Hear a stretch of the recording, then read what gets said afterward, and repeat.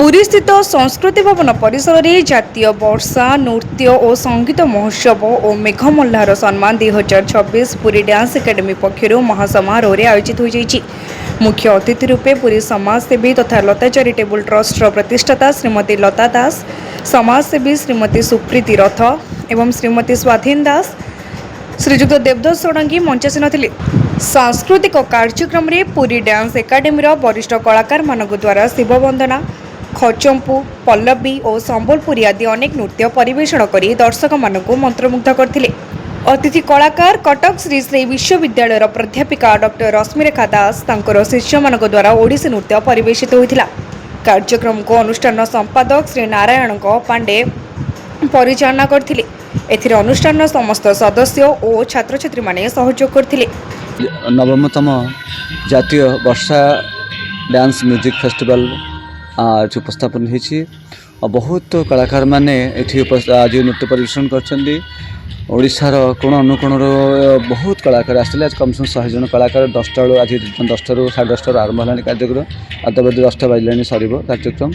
तो समस्त को जो शिल्पी मैंने आज ये जो कार्यक्रम मतलब ओडिसी नृत्य खाली आम ओडिसी नृत्य पर विशेष भाव में आम कि संबलपुर हो बा लोक नृत्य हो लोक कला हो ये समस्त पर खाली आम ओडिसी नृत्य पर विशेष ध्यान देवता किसी अन्य शिल्पी मैंने किसी कला रही से फेस्टिवल आम आयोजन करमती मुझे जो करे शास्त्रीय नृत्य संध्या केवल शास्त्रीय नृत्य पालन हुए कि मंच जो आम वर्षा महोत्सव अच्छी छोट बड़ जिते पिला मैंने 5-7 वर्ष पिला 20-25 वर्ष पिला जिते आर्टिस्ट अच्छे आम मंच देचु सब प्रकार केवल आम पारंपरिक नृत्य अलग किसी पाश्चात्य नृत्य नुह जहाँ सब बहुत सहयोग कले अन्य गुरु मैंने आसी कार्यक्रम प्रोत्साहन कले एवं खुशी लगुच आमर पुरीर जो संस्कृति जो परंपरा आज आस्ते आस्ते लुप्त हो जाऊँगी किसी कलाकार मैंने आज मोर स्टूडेंट छात्र छात्री हूँ आ मोर मोर सहयोगी मैंने हूँ से आज पूरा कला को नहीं सारा विश्व द्वारा परिचित कर देवदासी गोटीपुर नृत्य जो महान कला श्रीमंदिर आज उत्पन्न होती से कला आज सारा विश्व में परिचित होती। तो समस्त को महाप्रभु पर प्रार्थना करी ये कला जो नृत्य जो परंपरा आम भाषा आम संस्कृति आम परंपरा उज्जीवित रो एवं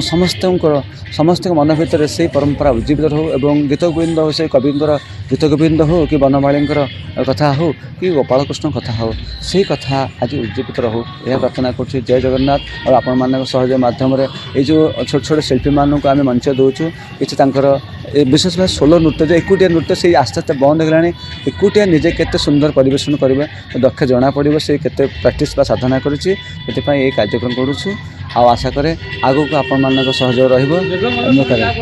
मेघमल्ला सम्मान आज आम समस्त कलाकार को दि जाए खुशी गोटे आनंद पाए ये गोटे गोटे हूँ आचिवमेंट बायोडाटा रख स्ट्रंग हम गोटे कार्यक्रम करते मेघमल्ला सम्मान से सम्मानित होती। तो आम सब शिल्पी मानक देचु मेघमल्ला सम्मान और गुरु मानक सम्मानित कर। पुरीरू रविनारायण जनक निराकार महाराणा रिपोर्ट तीर्थक्षेत्र लाइव।